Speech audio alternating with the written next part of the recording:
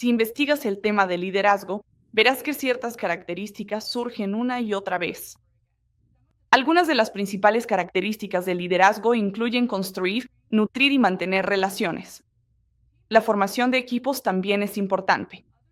Otras características incluyen tener visión, resolución creativa de problemas, planificación, buena comunicación e integridad.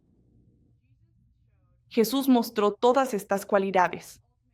Él es el máximo ejemplo de un líder servidor motivado por el amor. Si queremos aprender sobre liderazgo, debemos mirar al líder maestro. Necesitamos aprender de su vida, su enseñanza y su ejemplo de servicio con amor.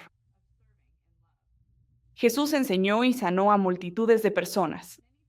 Muchos lo siguieron de cerca, incluidas varias mujeres. Jesús centró gran parte de su enseñanza y liderazgo en 12 personas, conocidas como los discípulos. Los llamó a cada uno de ellos a seguirlo. No los llamó para impulsar su ego o ser su base de fans donde quiera que fuera. Los llamó para poder enseñarles viviendo la vida con ellos a diario. Les pidió que lo escucharan, lo observaran y siguieran su ejemplo. No les pidió que hicieran nada que él no haría también. Los discípulos eran un grupo de personas que no hubieran estado juntas si Jesús no hubiera llamado a cada uno de ellos. Cualquiera que mirara a este grupo pensaría que era una extraña composición de personas. Entonces, ¿quiénes eran ellos? No conocemos todos los detalles con certeza, pero podemos obtener mucha información de lo que dicen las Escrituras y de lo que sabemos sobre el contexto cultural de su época. 4 eran pescadores: Andrés, Pedro, Santiago y Juan. Andrés y Pedro probablemente trabajaron para otros pescadores. Probablemente eran rudos y sin educación. Es probable que Santiago y Juan fueran dueños de un negocio de pesca con su padre. Uno era recaudador de impuestos, Mateo. Trabajó para el gobierno romano. Habría tenido algo de educación para poder desempeñar este destacado trabajo. Los recaudadores de impuestos eran odiados porque ganaban dinero al quedarse con parte de lo que recaudaban. Cuanto más cobraban de los demás, más dinero ganaban. Podemos estar bastante seguros de que Mateo tenía dinero. Uno era político, Simón. Conocido como un celote, habría estado involucrado en política. Incluso podría haber intentado crear una revolución para derrocar al gobierno romano. Y uno era ladrón y traidor, Judas. No sabemos mucho sobre lo que hizo antes de convertirse en discípulo, pero Juan lo llama ladrón y malversador. Los 4 evangelios lo describen como un traidor por traicionar a Jesús. Hay 5 discípulos más de los que no sabemos mucho: Felipe, Bartolomé, Tomás, Tadeo y otro Santiago, hijo de Alfeo. Definitivamente era un grupo de personas que normalmente no esperarías ver viviendo, viajando y trabajando juntas. ¿Qué los mantuvo unidos como grupo? Pasaron tiempo de calidad juntos en la vida cotidiana. Pescaban, cocinaban, caminaban y hablaban. Aplicaron lecciones a la vida real. Ministraron juntos, hablando de lo que aprendieron. Luego lo compartieron con otros. Se les permitió ser honestos el uno con el otro. Compartieron todo tipo de emociones, desde el llanto hasta la alegría. Pero, sobre todo, el amor los mantuvo unidos. Jesús los amaba y ellos lo amaban. Jesús les enseñó a sus discípulos sobre amarse los unos a otros. Hizo esto primero al explicar cómo el Padre lo ama a él.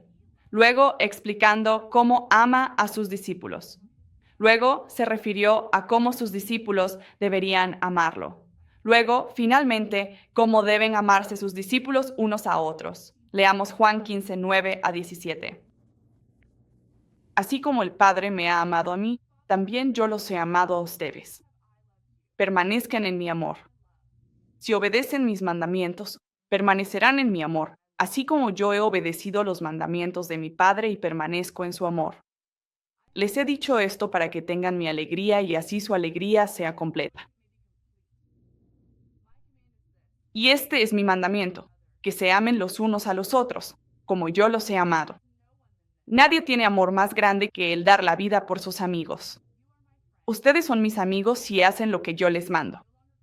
Ya no los llamo siervos, porque el siervo no está al tanto de lo que hace su amo. Los he llamado amigos. porque todo lo que a mi Padre le oí decir se lo he dado a conocer a ustedes.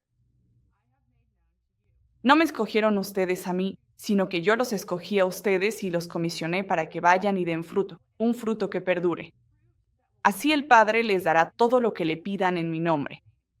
Este es mi mandamiento, que se amen los unos a los otros. El mayor mandamiento es amar como Jesús.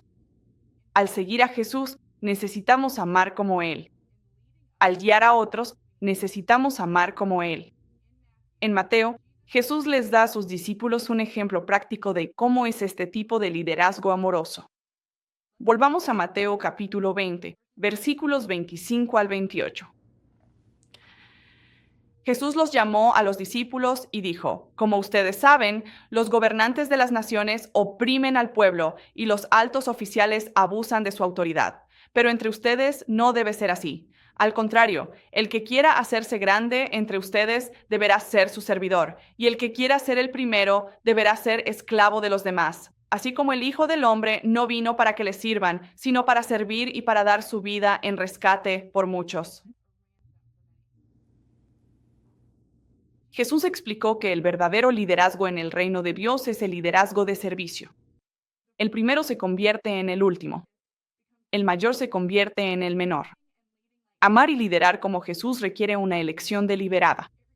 Requiere sacrificarse en beneficio de los demás.